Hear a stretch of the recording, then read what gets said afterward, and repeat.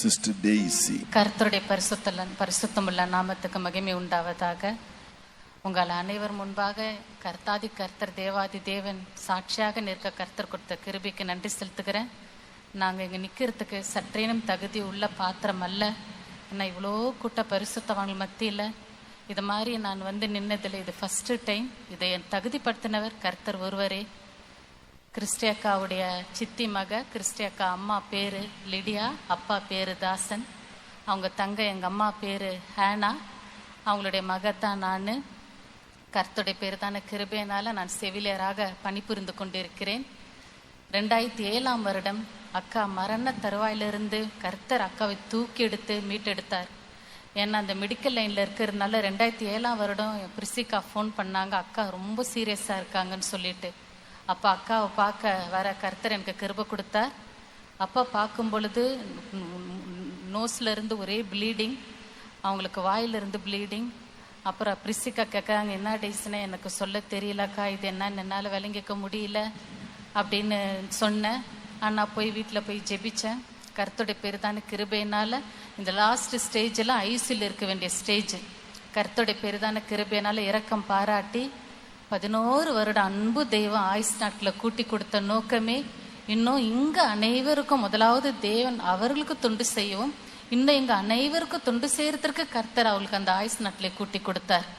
இன்னைக்கு ஒரு காலையில் நேற்று ஒரு முந்தா நாள் அக்காகிட்ட கேட்கும்போது எப்படி இருக்கிறாங்கன்னு கேட்டேன். இல்லை கொஞ்சம் முடியாமல் தரணும் பொழுது அப்போ ஒரு சகோதரிக்கு ஆண்டவர் அவங்க எடுத்துருவாங்கன்ற தரிசனம் கொடுத்துருக்கிறாருன்னு சொன்னபோது, அப்போ ஆயத்தமாகிடுங்கக்கா, கர்த்தர் தரிசனம் ஜபத்தில் கொடுத்துருக்காருன்னா அதை நிறைவேற்றி தான் கொடுத்துருக்காரு, நீங்கள் ஆயத்தமாகுங்கக்கான்னு சொன்னேன் நான்.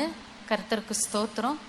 அப்போ வந்து ஆண்டவர்கிட்ட நான் கேட்டேன், ஆண்டவரே ஏன்னா கர்த்தர் ஒரு விசுவாச ஊழியத்தை உங்களுக்கு கொடுத்துருக்கிறாரு.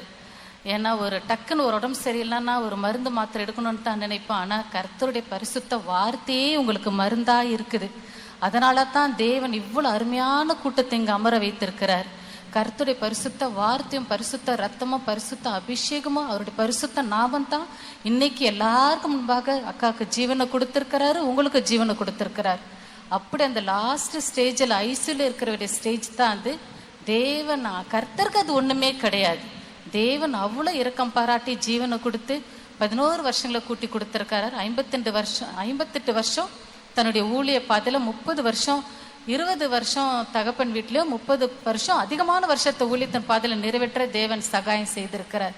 ஆண்டவர்கிட்ட ஒன்று கேட்டேன், அதிக கஷ்டம் இல்லாமல் சரீரத்தில் வேதனைப்படாமல் அவங்க ஜீவனை கொஞ்சம் முடிச்சு கொடுங்கப்பான்னு சொல்லும் பொழுது அவ்வளோ அதிக கஷ்டம் இல்லாமல் கர்த்தர் எடுத்துக்கொண்டதற்காக தேவனுக்கு நான் நன்றி செலுத்துக்கிறேன்.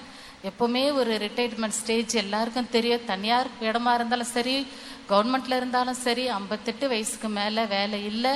ஆனால் என் அன்பு தெய்வம் இவங்கள அதே மாதிரி பாருங்க, உலகத்துடைய காரியத்தில் கூட 58 வருஷம் கர்த்தருடைய பணிக்கென்று நிறைவுபடுத்தி தான் நியமித்த நாட்களை கர்த்தர் அவர்களை தனக்குடைய சமூகத்தில் வைத்திருக்கிறார். இன்னைக்கு உண்மையாலுமே பெரிய பாக்கியஸ்லாக்கப்பட்டாங்க. நினச்சி பார்க்கும் பொழுது இன்னைக்கு தேவனுடைய சமூகத்தில் எவ்வளோ ஒரு சந்தோஷத்தோட களிப்போட ஆனந்தத்தோட 30 வருஷப்பட்ட அத்தனை பிராயசங்களுக்கு உண்டான பலனை பரலோகத்தில் அவங்க பெற்று கொண்டிருக்கிறார். இந்த சாக்கியத்தை பெறத்திற்கு கர்த்தர் நமக்கு கிருபை கொடுக்கும்படி இந்த சாட்சியை முடிக்கிறேன். நான் இரவு பண்ணி செல்வதனால முழு ஆராதனை என்னால் கலந்து கொள்ள முடியல. அதற்காக நான் வருந்துகிறேன். கர்த்தருடைய நாமத்துக்கு மகிமை உண்டாவதாக.